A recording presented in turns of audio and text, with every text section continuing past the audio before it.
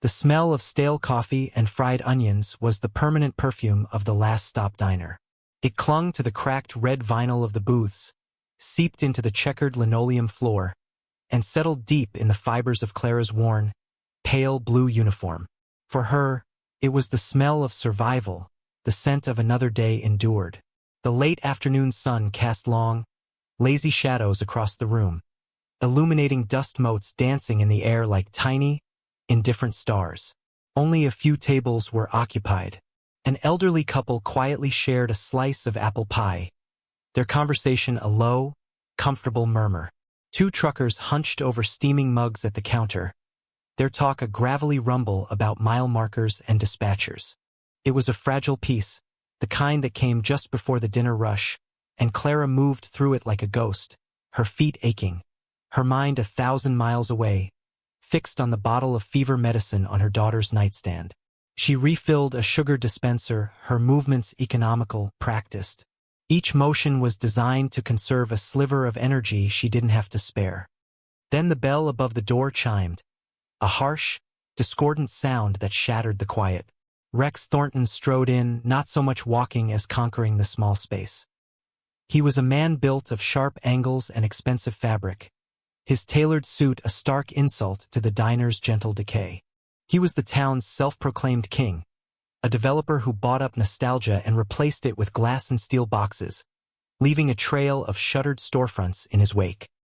His face was a mask of smug entitlement, his eyes sweeping over the room with a look of profound disappointment, as if its very existence was a personal affront. He ignored the "Please wait to be seated" sign, its letters peeling at the edges, and slid into the largest booth by the window, tossing his leather briefcase onto the seat beside him with a dismissive thud. The elderly couple fell silent.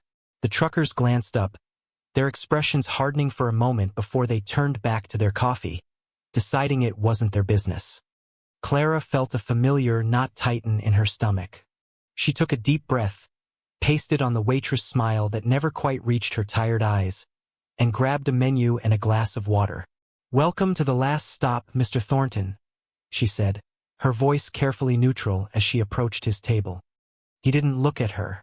He was busy scrolling through something on his phone, his thumb moving with aggressive speed. He waved a hand in her general direction, a gesture of pure dismissal. "Coffee, black, and don't burn it this time." "Right away," Clara murmured, turning to leave. She hadn't even reached the counter when his voice, sharp and loud enough to make the old woman flinch, cut through the air. It was a command, a summons for a dog, not a person. It was a sound designed to strip away dignity, to remind everyone in the room of his power and her station. "Come here, bitch." The words hung in the air, thick and poisonous. Everything stopped.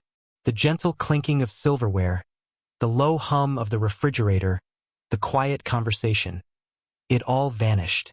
There was only the ringing silence that followed an act of profound cruelty. Clara froze, her back to him. She could feel every eye in the diner on her, a weight of pity and fear and a terrible, shared helplessness. Her hand, holding the water glass, trembled slightly. For a heartbeat, she imagined turning, imagined the cold satisfaction of letting the glass slip from her fingers and shatter against the floor at his feet. But then the image of her daughter Sarah, her small face pale with fever, flashed in her mind. Sarah needed medicine. The medicine cost money. And this job, this humiliating, soul-crushing job, was the only thing standing between them and utter destitution. So she closed her eyes for a second, swallowed the fire in her throat, and turned around, the professional smile now a brittle, painful mask. The conflict began not with a shout, but with a sneer. Rex watched her walk back to his table, a cruel amusement playing on his lips. He enjoyed this, the power to command and diminish with a few simple words. He saw people not as individuals but as tools or obstacles. Clara, in her faded uniform, was less than a tool. She was part of the grimy scenery he had to endure to get his coffee. He let her stand there for a long moment, the silence stretching until it became an instrument of torture. He wanted the others to see it, to understand the hierarchy. He was the lion. They were all just mice, scurrying in the shadows of his world. "Is there something else I can get for you, Mr. Thornton?" Clara asked, her voice a marvel of restraint. It was quiet, but it didn't tremble. It was the voice of a woman who had learned to wall off her heart to survive the day. He finally looked up from his phone, his eyes a cold, flat gray. "The coffee. I told you I wanted coffee. Is that concept too complex for you to grasp?" He gestured impatiently toward the counter. "Or do you need me to draw you a diagram?" "No, sir. I was just on my way," she said, her gaze fixed on a point just over his shoulder. Meeting his eyes felt like inviting poison into her soul. She retreated to the coffee station, her hands moving with a practiced, almost robotic calm. She could feel Sal, the diner's owner, watching her from the kitchen pass-through, his face a miserable portrait of fear. Sal was a decent man in his heart, but his spine had been eroded by years of financial struggle. Rex Thornton held the lease on this building, a fact he used as a constant, unspoken threat. Sal's silence wasn't malicious. It was the terrified silence of a man hanging from a cliff by his fingertips. Clara didn't blame him. She didn't have the energy to blame anyone but the man in the booth. She returned with the coffee, placing the thick ceramic mug carefully on the table. A single drop splashed onto the polished surface. Rex's eyes darted to it as if it were a scorpion. "Sloppy," he hissed, wiping the spot with a napkin. "Everything in this place is just sloppy. The service, the food, the people." He took a sip of the coffee and recoiled with theatrical disgust. "It's burnt, just like I told you not to do. Are you deaf as well as incompetent?" "I made a fresh pot just before you came in," Clara said softly. It was the truth. The coffee was fresh, perhaps the one thing in the diner that was consistently good. "Are you calling me a liar?" Rex leaned forward, his voice dropping to a low, menacing growl that was somehow more frightening than his shouting. "Maybe you think your opinion matters here. Let me clarify things for you. You are here to serve. You bring me what I ask for how I ask for it. You do not talk back. You do not make excuses. Your job is to be invisible until I need something, and then you appear and do it perfectly. That's it. That's the entirety of your value." He pushed the mug away, the dark liquid sloshing over the rim and onto the table, creating a spreading brown stain. "Get me another one. And this time, try to use that tiny little brain of yours and do it right." The humiliation was a physical thing now, a hot flush that crept up her neck and burned her cheeks. She could hear a chair scrape at the trucker's counter as one of them shifted uncomfortably. The elderly woman was staring intently into her pie, her husband's hand covering hers on the table. They were all witnesses, trapped in this ugly little play, too afraid to stop it. Clara nodded silently, picked up the offending mug, and returned to the counter, the shame churning in her gut like broken glass. She was not just a waitress being treated poorly. She was being systematically dismantled, her worth denied, her humanity erased, one cruel word at a time, for an audience of silent strangers. Clara's quiet strength was not born in the diner. It was forged in the fires of a life that had demanded more from her than anyone knew. As she poured the second cup of coffee, her hands steady despite the tremor in her soul, her mind drifted back. It was a defense mechanism, a retreat into a place where she wasn't just a nameless server in a faded uniform. She thought of her husband, Michael. He had been a man of quiet integrity, his hands calloused from his work as a mechanic, his laughter a warm, rumbling sound that could make even the darkest days feel bright. He wasn't a man of many words, but his actions spoke volumes. He taught her that dignity wasn't something other people gave you. It was something you held on to, something you refused to surrender no matter the cost. He had been a soldier before he was a mechanic, a man who understood sacrifice.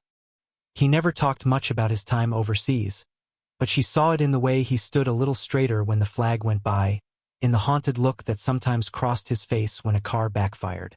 He had carried burdens she could only guess at. After he left the service, he'd found a different kind of brotherhood. A group of men who rode loud, powerful machines and lived by a code she didn't fully understand but had come to respect. They were rough around the edges, intimidating to outsiders, but with Michael they had been family. They called him Saint, a nickname that always made him smile sheepishly. "Because I'm the only one who can fix Preacher's bike without cussing," he'd explained once, his eyes twinkling. Then, 2 years ago, a drunk driver had crossed the center line on a rainy Tuesday night. Michael was gone in an instant. The world had tilted on its axis and thrown Clara and their daughter, Sarah, into a freefall. The bikers had come. They had filled their small house, their massive frames seeming to shrink in the presence of her grief. They had been surprisingly gentle, their voices low, their eyes full of a pain that mirrored her own. They had paid for the funeral, filled her freezer with food, and fixed the leaky faucet Michael had been meaning to get to. Then, just as quietly, they had dispersed, their lives pulling them back to roads she couldn't follow. She hadn't seen them since. Now, her life was a series of calculations. How to stretch $40 to last a week. How to make Sarah's single pair of good shoes last another month. How to manage the mounting medical bills from Sarah's chronic asthma, a condition that flared up with terrifying unpredictability. Every shift at the diner, every condescending customer, every meager tip was a small piece of the puzzle of their survival. Enduring men like Rex Thornton wasn't a choice. It was a necessity. Her resilience wasn't a virtue. It was the hardened callus that formed over a wound that never healed. Around her neck, tucked beneath the collar of her uniform, she wore a small, silver locket.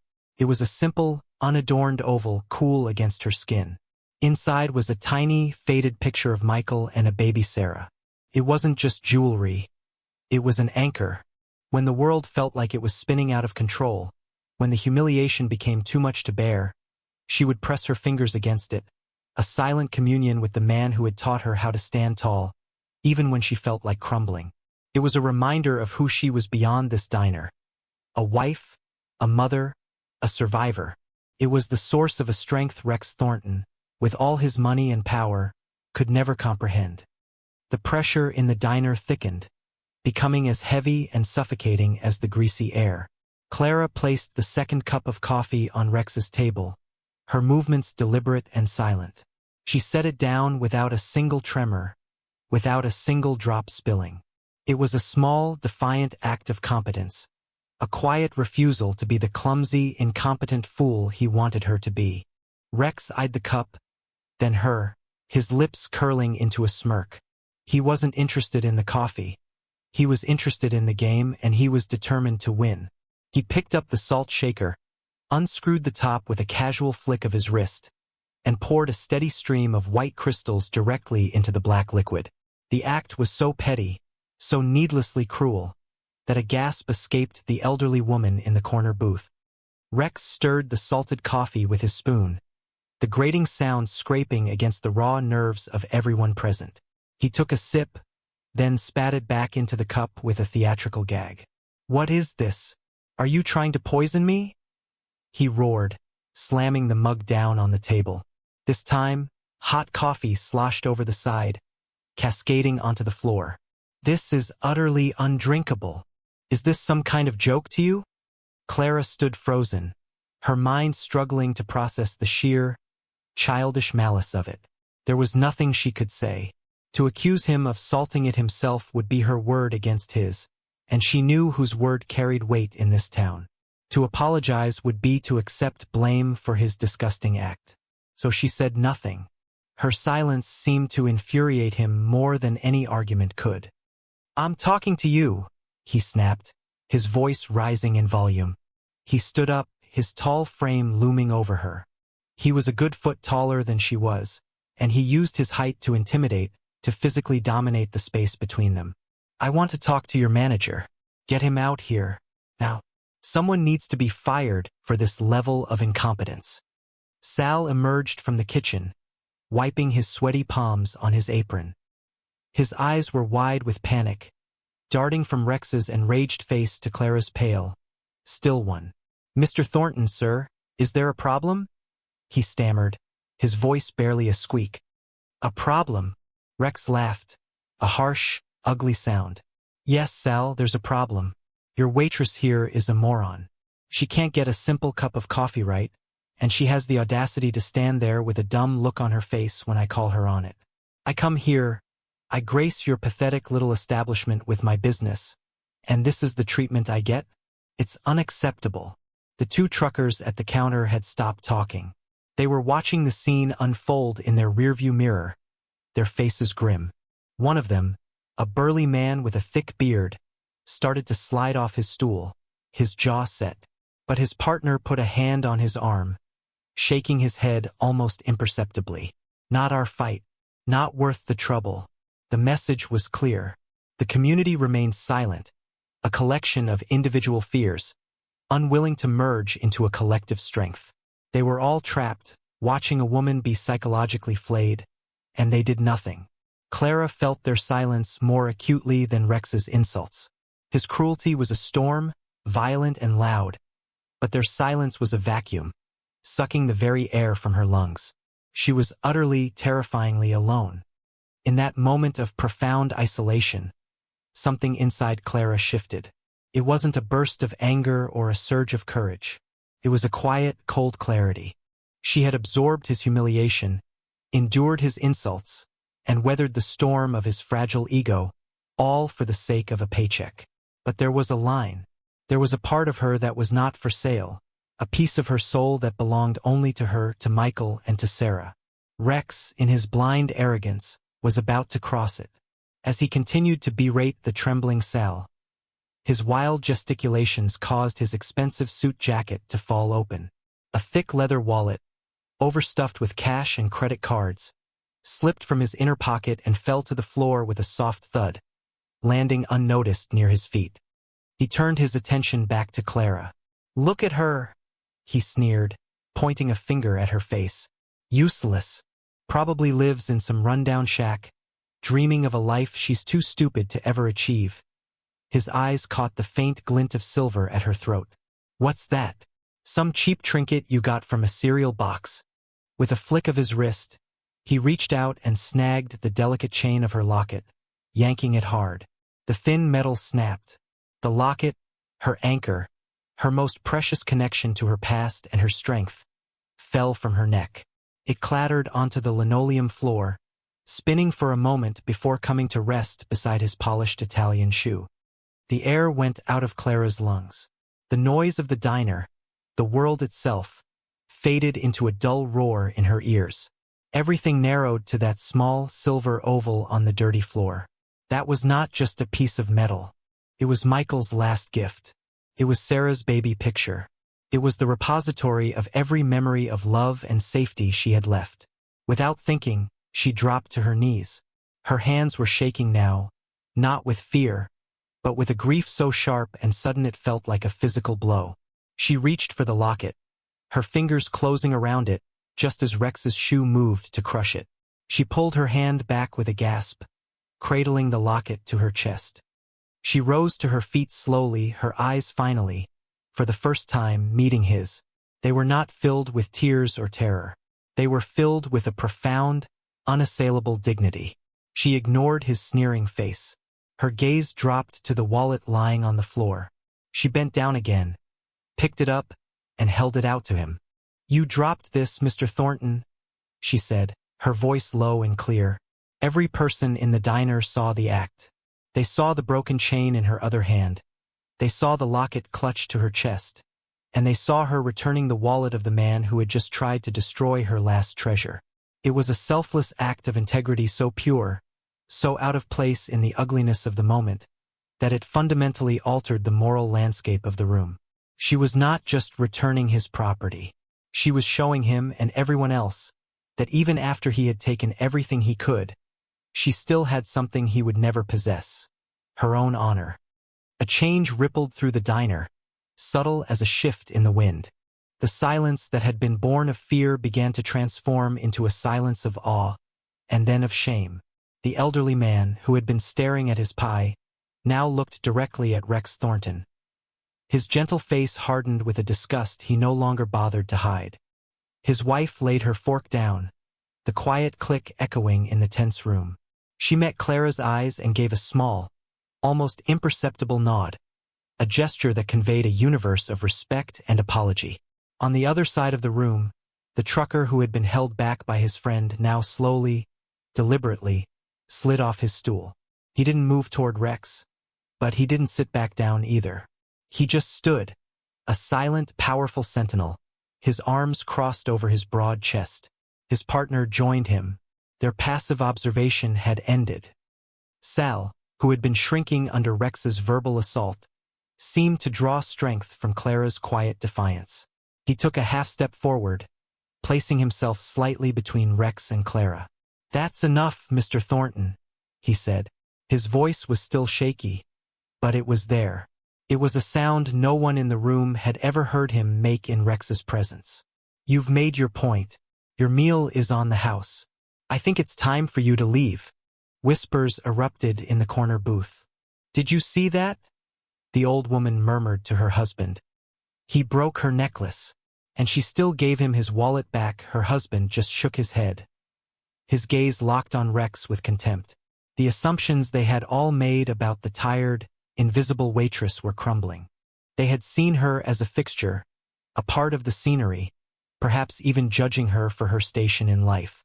Now they saw a woman of immense fortitude, a person who possessed a moral compass so true it made their own inaction feel like a profound failing. They had watched a man try to break a woman and had instead witnessed that woman reveal an unbreakable core. Their perception of Clara was being redrawn, not by anything she said, but by the sheer, unadorned power of her character. The atmosphere was charged, poised on the brink of something new. Rex Thornton had lost control of the narrative. He was no longer the powerful man commanding a room. He was just a bully, exposed and ugly in the sudden, clarifying light of one woman's dignity. It started as a low rumble, a distant vibration felt more in the bones than heard with the ears. It was a sound that didn't belong to the quiet afternoon street outside the last stop diner. The truckers at the counter paused, their heads tilting, their expressions shifting from grim observation to focused curiosity. The rumble grew steadily, deepening into a guttural growl that seemed to be coming from everywhere at once. It was the sound of thunder on a clear day, the sound of an approaching army. Mugs on the diner shelves began to vibrate softly. The condensation on the window panes trembled. The sound swelled until it was a physical presence, a ground-shaking roar that drowned out every other noise in the world.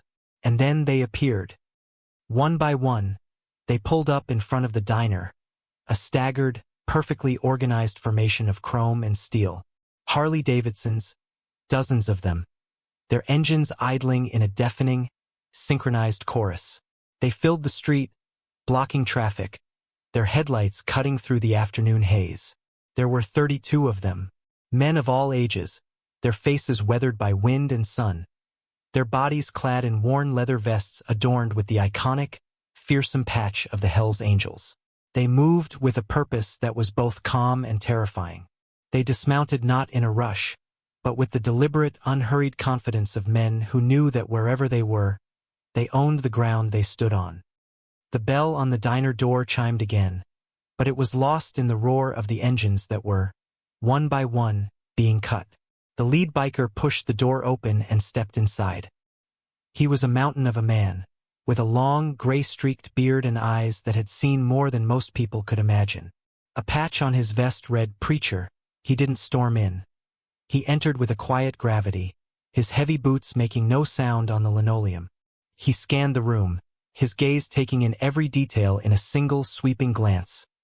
The spilled coffee on the floor, the trembling diner owner, the arrogant man in the suit, and finally Clara.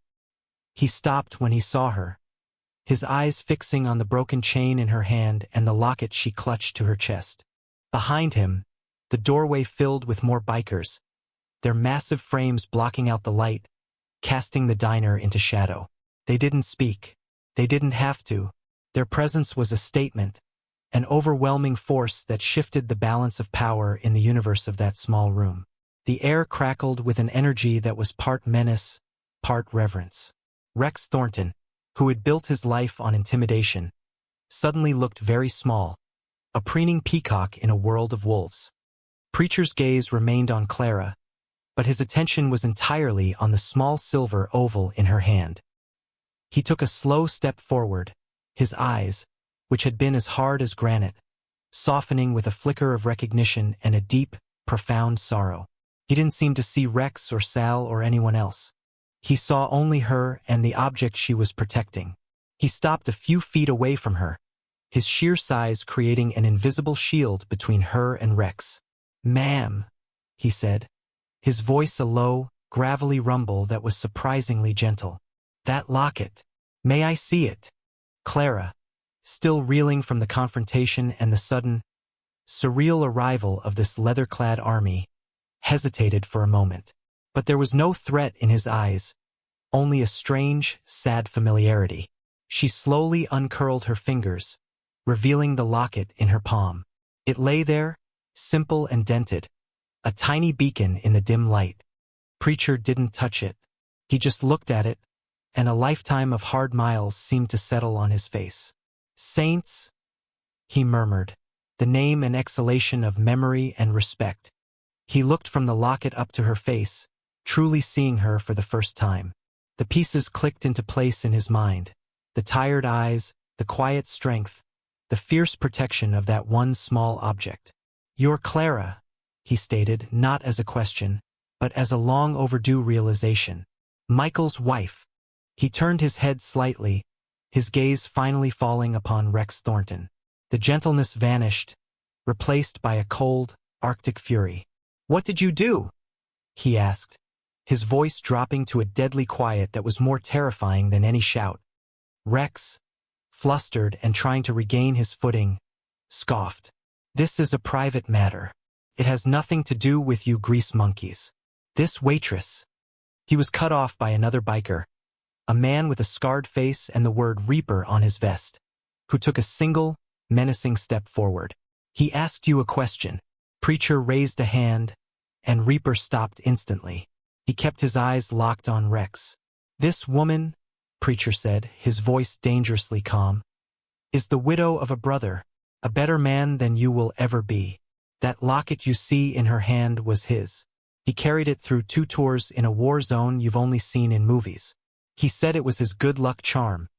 The one thing that reminded him what he was fighting for." He paused, letting the weight of his words settle. "Michael, Saint, was a hero. Not the kind they put on TV, but the kind that matters. The kind who would pull a friend from a fire. The kind who always had your back, no matter what." He turned to the rest of the diner, his voice rising just enough to carry to every corner. "We lost him 2 years ago. We thought we had lost his family, too. We didn't know where she'd gone. We've been looking." His eyes returned to Clara, and they were filled with a raw, painful regret. "We should have looked harder. We let you down." He then looked back at Rex, and the temperature in the room dropped 10 degrees. "And you stand here and disrespect his memory by harming the one person he loved more than his own life. You put your hands on his wife. You broke his locket, the truth of Clara's identity, of her connection to this formidable brotherhood, settled over the room. She wasn't just a waitress anymore. She was family. She was their family. And the man who had tormented her had just made the biggest mistake of his life."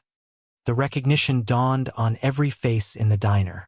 This tired woman in a faded uniform was not anonymous, not alone. She was the widow of a hero, the cherished family of the 32 stone-faced men who now stood as silent judges in the room. Rex Thornton's face paled, the arrogant smirk finally wiped away by a wave of pure, undiluted fear. He had been punching down, asserting his power over someone he perceived as weak and insignificant. He had not realized he was, in fact, poking a grizzly bear. Preacher took another step toward him. He didn't raise his voice, he didn't make a fist. His power was in his stillness. "You owe this woman an apology," he said, the words hanging in the air like a death sentence. Rex stammered, his bravado evaporating. I didn't know. It was a misunderstanding." "There is no misunderstanding." Preacher cut him off, his voice like grinding stone. "You humiliated a good woman. You broke something that can't be replaced. You will apologize. On your knees." It was not a request. Rex's eyes darted around the room, looking for an escape, an ally, anything. He found nothing but cold, contemptuous stares. The truckers stood like statues. Sal, the diner owner, watched with a newfound courage. The elderly couple gazed at him as if he were something vile they'd found on the bottom of their shoe. He was utterly alone, stripped of the power and status that had defined him. With a visible tremor, his knees buckled, and he sank to the dirty linoleum floor in his $1,000 suit. He couldn't look at Clara. He stared at the ground, his face a mask of shame and terror. I'm sorry," he mumbled. "Look at her when you say it," Preacher commanded. Rex slowly raised his head, his eyes meeting Clara's. "I'm sorry," he repeated, his voice cracking. Clara simply nodded, clutching the locket. She didn't feel triumph, only a quiet, sad sense of justice. Preacher looked at her, a silent question in his eyes. Was this enough? She gave another small nod. For her it was. Preacher turned back to Rex. "Get up. Pay for everyone's meal. And then you will leave this town and you will never, ever come back to this diner. We will know if you do." Rex scrambled to his feet, fumbling for the wallet Clara had returned to him. He threw a handful of $100 bills onto the counter, far more than enough to cover the checks. Then, without another word, he scurried out of the diner, a diminished, broken man. The bikers didn't celebrate. Their victory was solemn. Preacher turned to Clara. From inside his vest, he carefully pulled out a folded piece of leather. It was another vest, smaller than his own, but made of the same worn, black leather. On the back was the Hell's Angels patch, and on the front, over the heart, was a single, lovingly stitched patch that read, Saint. "This was his," Preacher said, his voice thick with emotion. "It belongs with you now. You're one of us, Clara. You and your daughter, your family. You will never be alone again." He held it out to her. With trembling hands, she took it. The leather was heavy, solid, real. It smelled of the open road, of freedom, of Michael. She hugged it to her chest, the tears she had held back for so long finally falling, not in sorrow, but in relief. The brotherhood had risen, and in their shadow, she had found not just protection, but a place to belong. The roar of 32 Harley-Davidson engines eventually faded into the distance, leaving behind a profound and altered silence. The street outside the last stop diner was empty again, but everything had changed. Inside, Clara stood behind the counter, the heavy leather vest draped over a stool beside her. Michael's patch, Saint, was facing out, a silent guardian. Sal, the owner, moved quietly through the room, clearing the tables, his movements no longer timid but filled with a new sense of purpose. He had found a piece of his own backbone that afternoon. He stopped by the counter, placing the wad of cash Rex had thrown down beside her. "This is yours," he said simply. "All of it. For what you put up with." Clara shook her head. "No, Sal. That's for the diner. Fix the sign. Get a new coffee maker." She pushed the money back toward him. "We'll just call it even." A new partnership had been forged between them, one built on shared experience and mutual respect. The few remaining customers, the elderly couple and the 2 truckers, came to the register to pay, though their bills had already been covered. They didn't come just to settle up.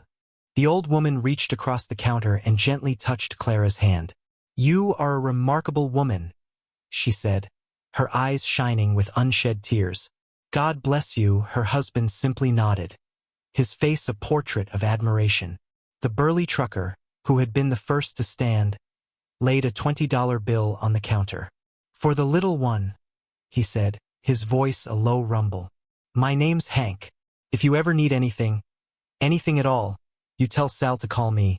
He and his partner tipped their hats and walked out, not as strangers, but as neighbors, as allies.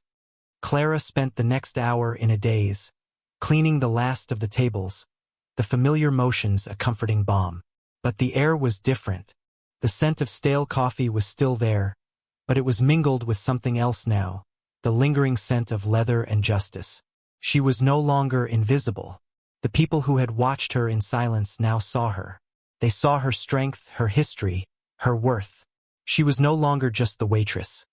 She was Clara, Saint's widow, a woman under the protection of a fierce and loyal brotherhood. As the sun began to set, casting a warm, golden glow through the diner's front window, she picked up Michael's vest.